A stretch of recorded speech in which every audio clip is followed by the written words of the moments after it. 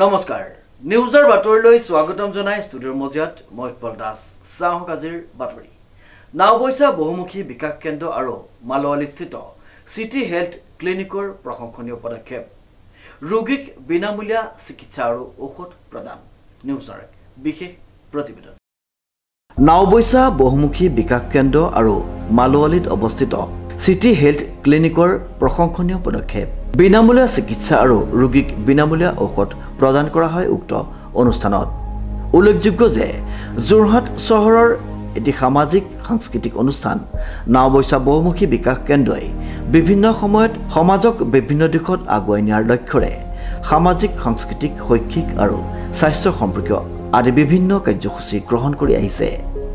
নমস্কাৰ, মোৰ নাম ডক্টৰ বেদান্ত পাঠক। মই এজন ইউৰলজি বিশেষজ্ঞ। ইউৰলজি বিশেষজ্ঞ মানে আমাৰ মূত্ৰ ৰোগ বিশেষজ্ঞ আমি অসমীয়াত ক'বলৈ হ'লে আমাৰ এই আজি যোনটো স্বাস্থ্য শিবিৰ অনুষ্ঠিত কৰা হ'ল এই স্বাস্থ্য শিবিৰৰ জৰিয়তে মই ভাবোঁ যে আমাৰ ৰাইজসকল বহুত উপকৃত হ'ব। আমাৰ এই ইউৰলজি বিষয়ে আমাৰ ৰাইজসকল বহুতে অজ্ঞাত।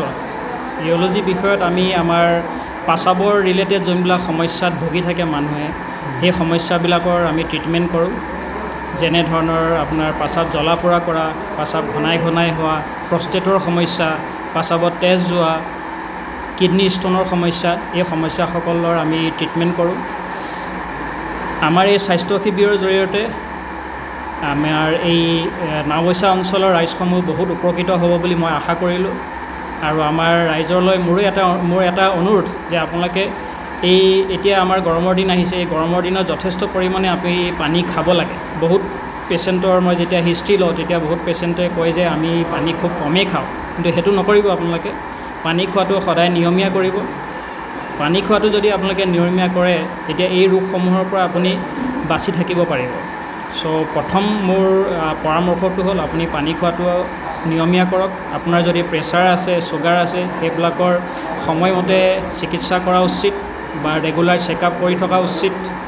আৰু যদি আপোনালোকে কিবা সমস্যাৰ সন্মুখীন হৈ থাকে তেতিয়া আমাৰ লগত কথা পাতক, আমাৰ পৰা কিছুমান দিহা পৰামৰ্শ লওক। সেই দিহা পৰামৰ্শৰ জৰিয়তে আপোনালোকৰ সমস্যাবিলাকৰ সমাধান হ'ব বুলি মই আশা কৰোঁ।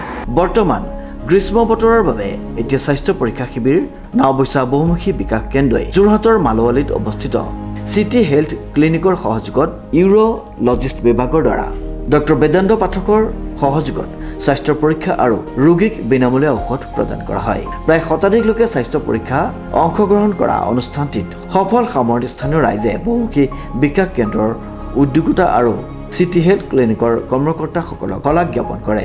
উক্ত অনুষ্ঠানতে প্ৰকৃতিপ্ৰেমী সমীৰ ৰয়ে অৰ্কিড ৰোপণ কৰাৰ লগতে অসমীয়া চলচ্চিত্ৰৰ প্ৰসাৰৰ বাবে এক কাৰ্যসূচী ৰূপায়ণ কৰে।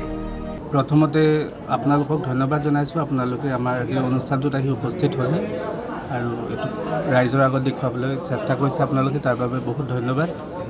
বিশেষ আজি আমাৰ যিটো অনুষ্ঠান অনুষ্ঠিত হ'ল নাওবৈচা বহুমুখী বিকাশ কেন্দ্ৰৰ সহযোগত মালৱালীস্থিত সিটি হেল্থ ক্লিনিকৰ দ্বাৰা ইয়াতে এটা বিনামূলীয়া ইউৰো চিকিৎসা শিবিৰ আয়োজন কৰা হৈছিলে, য'ত ডক্টৰ বেদান্ত পাঠক আহিছিলে আমাৰ মাজলৈ, য'ত 100ৰো অধিক পুৰুষ মহিলাই স্বাস্থ্য পৰীক্ষা কৰিছে।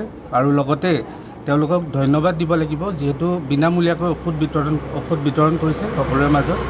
আৰু এনেকুৱা এটা মহান পদক্ষেপ আমাৰ মাজলৈ লৈ আহিছে, তো তেওঁলোকৰ উত্তৰ কামনা কৰিছোঁ আমাৰ ফালৰ পৰা। আৰু আমাৰ এইটো প্ৰচেষ্টা এয়াই প্ৰথম নহয়, আগলৈও থাকিব। আগলৈও আমি এনেধৰণৰ প্ৰচেষ্টাবিলাক হাতত লৈ থাকিম। আৰু আমি নাওবৈচা বহুমুখী বিকাশ কেন্দ্ৰই সদায় উঠি অহা প্ৰজন্মক দেখুৱাব বিচাৰোঁ যে সমাজৰ হকে, সমাজৰ উন্নতিৰ হকে সদায় কাম কৰিব লাগে আৰু কিদৰে কৰিব লাগে সেইটোকে কিবা চিন ৰাখি যাবৰ বাবে আমাৰ এই পদক্ষেপ। আৰু বিশেষ নকয় ইমানেই ধন্যবাদ। অধিক পুৰুষ আৰু মহিলাই আহি ইয়াত চিকিৎসা কৰাইছে, চিকিৎসা মানে দেখুৱাইছে নিজকে, আৰু লগতে ঔষধো ইয়াৰ পৰা লৈ গৈছে, সকলোৱে ঔষধ লৈ গৈছে। শ্ৰীমন্ত মাধৱ বৰুৱাৰ ৰিপৰ্ট, নিউজ নাও।